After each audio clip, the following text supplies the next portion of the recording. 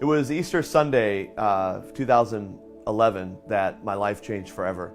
My wife had been really sick for about a week and a half or so, and at 2 a.m. she woke me up and she said, I can't take it. I'm in too much pain. I need to go. And I'll never forget the doctor, because he couldn't speak clearly. He just stuttered. And he said, there's a mass in your colon, and there's lesions all over your body, and we're really late.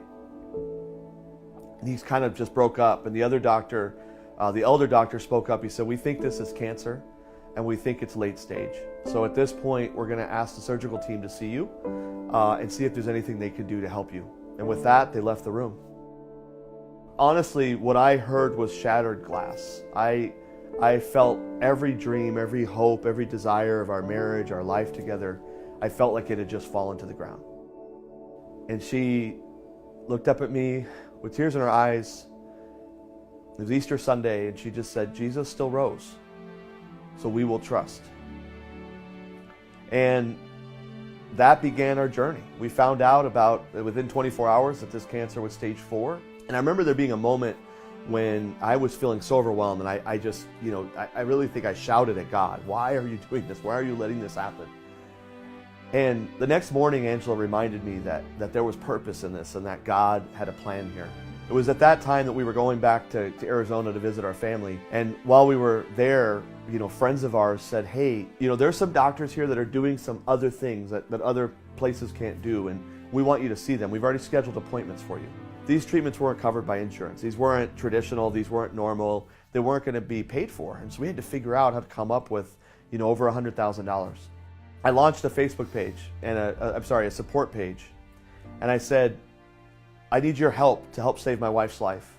And 24 hours after I launched that campaign, we had raised $11,000.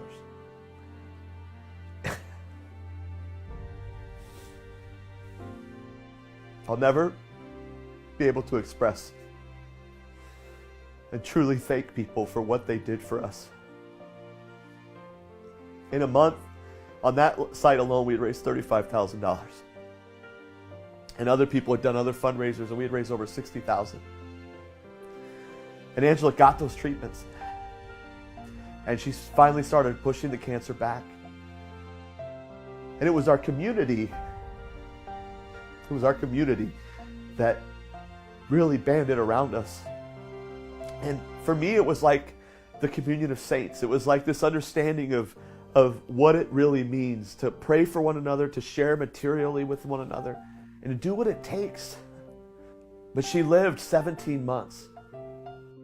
And in those 17 months, our family got to just be together. And this community really rallied around us. I just kept thinking, how do we do this for other people? This idea behind Solidarity HealthShare really was born out of witnessing the goodness and the kindness and the generosity of all of these people around us. As we looked at health sharing, I thought, wow, here's a great opportunity. People get to choose their own doctors. They choose the treatments they want. They submit their bills, and the members of that community pay those bills. And we don't have to go raise money because we're all paying a monthly amount, and we're all making sure that that money is there. That's the beauty of healthcare sharing.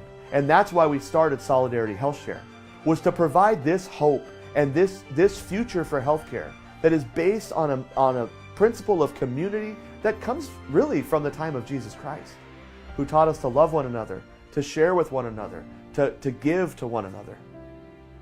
It's been nearly 5 years since Angela passed, and I'm remarried now. We have our 2 children that Angela and I had together, and now 2 more. As much as we miss Angela and it was hard to lose her life had so much purpose. And in a lot of ways, that purpose was realized after she left. It's been such a blessing, such a gift. And I'm so grateful because there's so many times where God has really shown that this was His plan all along, And so I look at my family now and I just think, wow, why am I so lucky? And then I look up and I know it's because God is good.